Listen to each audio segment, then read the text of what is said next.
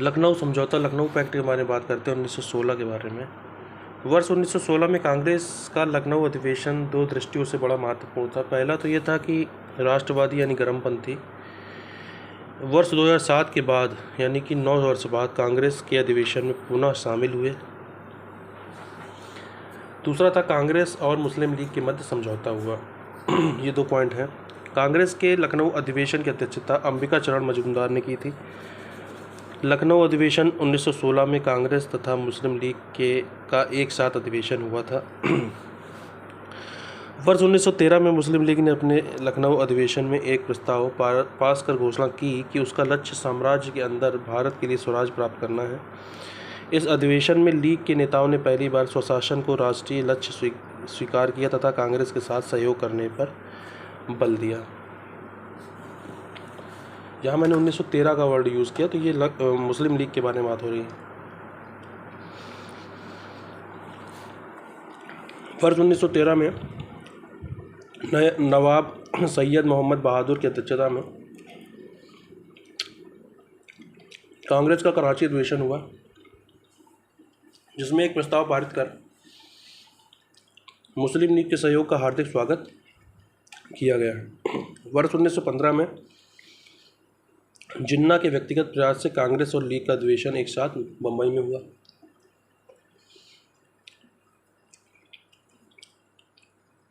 दोनों संगठनों में आपसी सहयोग द्वारा संवैधानिक सुधारों की एक योजना बनाने के लिए एक विशेष समिति का गठन किया गया। मुस्लिम लीग एवं कांग्रेस के मध्य समझौता कराने में मोहम्मद अली जिन्ना की महत्वपूर्ण भूमिका के कारण सरोजनी नायडू ने उन्हें हिंदू मुस्लिम एकता का दूत कहा।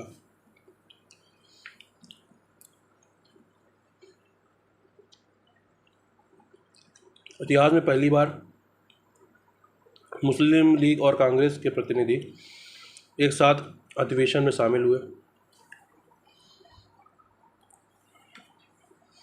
इसी अधिवेशन में कांग्रेस और लीग ने एक साथ एक ही स्थान और एक ही समय पर अपने वार्षिक अधिवेशनों को आयोजित करने का निर्णय किया। कांग्रेस के इस अधिवेशन यानी 1915 की अध्यक्षता AP सिन्हा ने की। हम 1915 वाले बात में पढ़ रहे हैं कि 1915 में जिन्ना के प्रयास से जो कांग्रेस और लीग का अधिवेशन एक साथ मुंबई में हुआ, उसकी बात कर रहे हैं। तो कांग्रेस का जो 1915 वाला अध्यक्षता उसको अध्यक्षता SP सिन्हा ने की थी।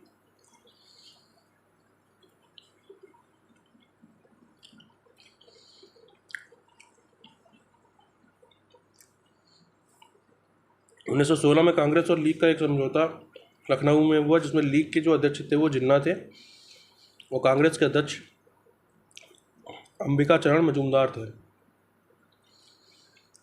1916 वाले में।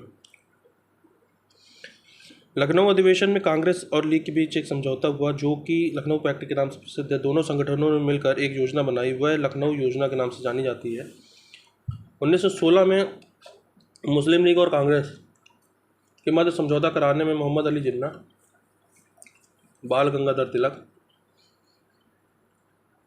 का सर्वाधिक जो है महत्वपूर्ण योगदान रहा। लखनऊ समझौते के अंतर्गत तैयार किए गए 19 सूत्री ज्ञापन में पत्र में ब्रिटिश सरकार ने से अतिशीघ्र स्वशासन प्रदान करने, प्रांतीय विधान परिषदों एवं गवर्नर जनरल की विधान परिषदों का विस्तार करने, इन विस्तारित परिषदों में निर्वाचित सदस्यों को अधिक प्रतिनिधित्व देने की मांग की गई। लखनऊ समझौते के द्वारा कांग्रेस ने पहली बार मुसलमानों के लिए पृथक निर्वाचक मंडल की मांग को औपचारिक रूप से स्वीकार कर लिया।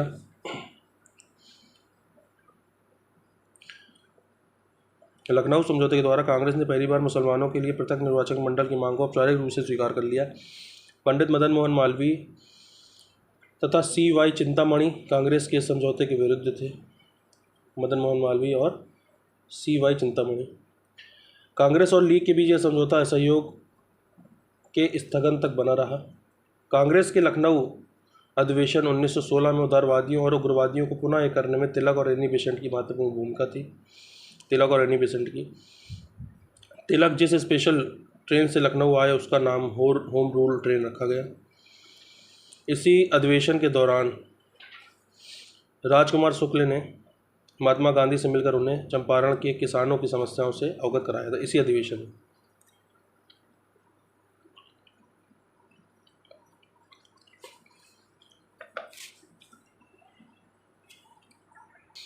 अब होम रूल आंदोलन के बारे में जान लेते हैं, होम रूल लीग मूवमेंट के बारे में।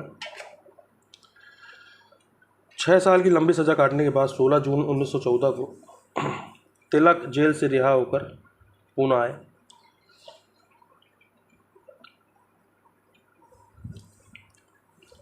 8 मई 1915 को जोसेफ बैप्टिस्टा की अध्यक्षता में राष्ट्रवादियों का पूना में एक सम्मेलन हुआ, जिसमें बैप्टिस्टा ने राजनीति में तिलक के पुनः प्रवेश का स्वागत किया तथा होम रूल लीग की स्थापना का सुझाव दिया।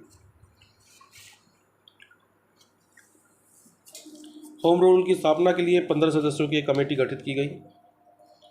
इस कमेटी की सिफारिश पर conference of nationalist leader from the Bombay presidency civil province और बरार के 28 अप्रैल 1916 को बेलगांव में होम रूल की स्थापना के प्रस्ताव को मंजूरी दी।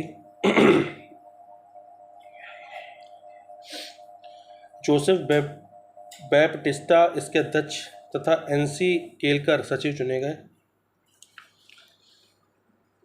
1 मई 1916 को बेलगांव में जनसभा का संबोधन करते हुए तिलक ने होम रूल लीग की स्थापना की जानकारी दी।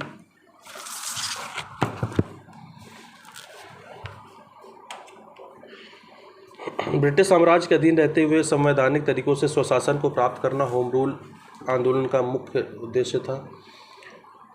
इस आंदोलन के 2 प्रमुख नेता थे, तिलक और एनी बेसेंट। दोनों एक दूसरे के प्रति पारस्परिक सहयोग से होम रूल आंदोलन का प्रारंभ करने का उन्होंने निर्णय लिया। तिलक के बाद सितंबर 1916 में एनी बेसेंट ने आयरलैंड की तर्ज पर महाराष्ट्र में होम रूल लीग की स्थापना की।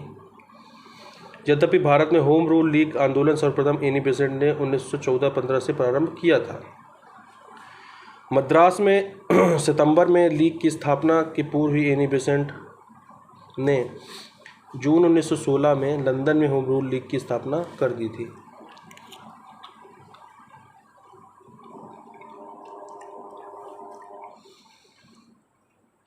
एनी बेसेंट ने जॉर्ज अरुणडेल को अपनी होम रूल लीग का सचिव बनाया तथा अड्यार यानी मद्रास में इसका मुख्यालय स्थापित किया।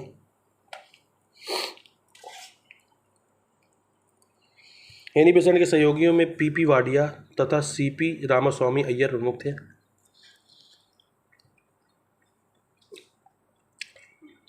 पीपी वाडिया तथा सीपी रामास्वामी। एनी बेसेंट एक आयरिश महिला थी। इनका जन्म 1847 को लंदन में हुआ था। उनके राजनीतिक जीवन की शुरुआत इंग्लैंड में हुई थी, जहां उन्होंने स्वतंत्र चिंतन, फ्री थॉट, उग्र सुधारवाद, रेडिकलिज्म, फेबियनवाद और ब्रह्म विद्या यानी थियोसॉफी के प्रचार में भाग लिया। 1893 में वे भारत आईं और भारतीय राजनीति में उनका प्रवेश 1913 में हुआ। तिलक और एनी बेसेंट ने अपनी अपनी लीग के लिए कार्य क्षेत्रों का बंटवारा किया। तिलक का क्षेत्र कर्नाटक, महाराष्ट्र में बम्बई छोड़कर और मध्य प्रांत और बरार था, जबकि शेष भाग एनी बेसेंट के जिम्मे था। कर्नाटक, महाराष्ट्र जो कि बम्बई छोड़कर, मध्य भाग और बरार था। एनी बेसेंट की लीग का स्वरूप अखिल भारतीय था। लीग की सर्वाधिक शाखाएं मद्रास में थी, किंतु बम्बई, उत्तर प्रदेश के नगरों, गुजरात के ग्रामीण इलाकों में शाखाएं अधिक सक्रिय थीं। एनी बेसेंट ने अपने पत्र कॉमनवेल और न्यू इंडिया के माध्यम से अपना पत्र कॉमनवेल और न्यू इंडिया, इसको याद ही कर लो, कॉमनवेल और न्यू इंडिया एनी बेसेंट का है। कॉमनवेल और New India,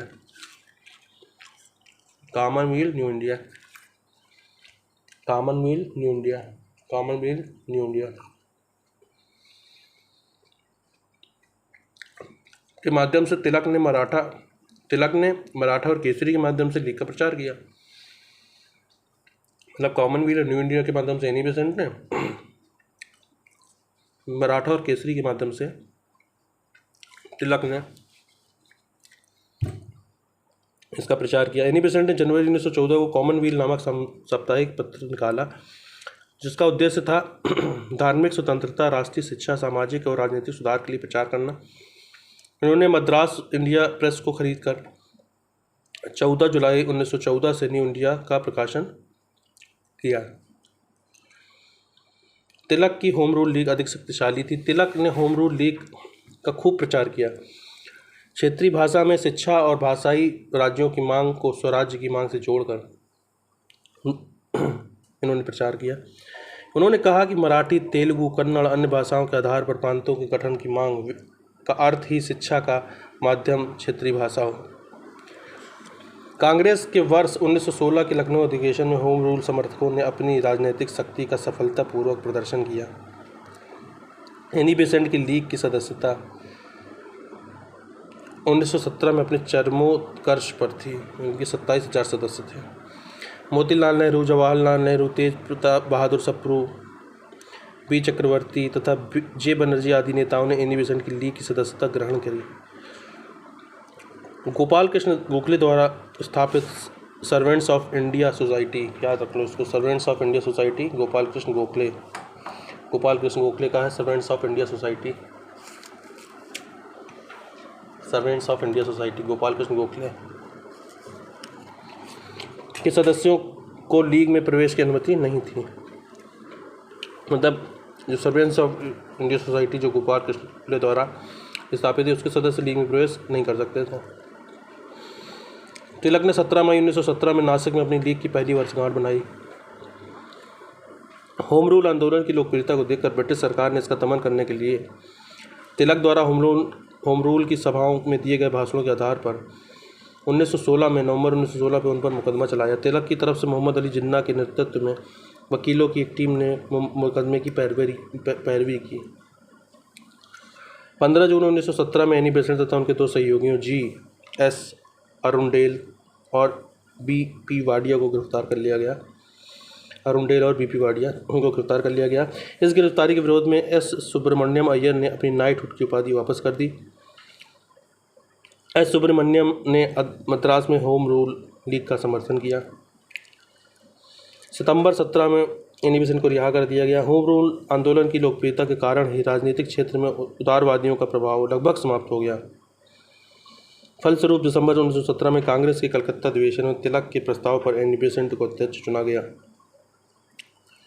Annie Besant Congress की पहली महिला अध्यक्ष थीं। कालांतर में एनी बेसेंट की असमर्थता तथा तिलक की इंडियन अनरेस्ट के लेखक वैलेंटाइन सिरोल पर मानहानि का मुकदमा करने लंदन चले जाने के कारण यह आंदोलन नेतृत्वहीन होकर समाप्त हो गया। इंडियन अनरेस्ट के जो लेखक थे वैलेंटाइन सिरोल, उस पर मानहानि का मुकदमा करने को लेकर वो लंदन चले गए तिलक। तो ये नेतृत्व लगभग नेतृत्वहीन हो गया यह आंदोलन। एनी बेसेंट फेबियन आंदोलन की प्रस्तावक भी थी। युवा पीढ़ी के कुछ नेता जो होम रूल आंदोलन से प्रभावित हुए थे उनमें से प्रमुख थे सत्यमूर्ति मद्रास से, जितेंद्र नाथ बनर्जी कलकत्ता से, जवाहरलाल नेहरू इलाहाबाद से, खजी कुज्जमा लखनऊ से, जमुना दास द्वारकादास, उमर सोमानी, शंकरलाल बैंकर ये सब बम्बई से, इंदुलाल याज्ञिक गुजरात से। होम रूल आंदोलन के भारत के स्वतंत्रता संग्राम के एक नए चरण के आरंभ का द्योतक था, क्योंकि इसने देश के समक्ष स्वशासन की एक नई और ठोस योजना प्रस्तुत करी थी।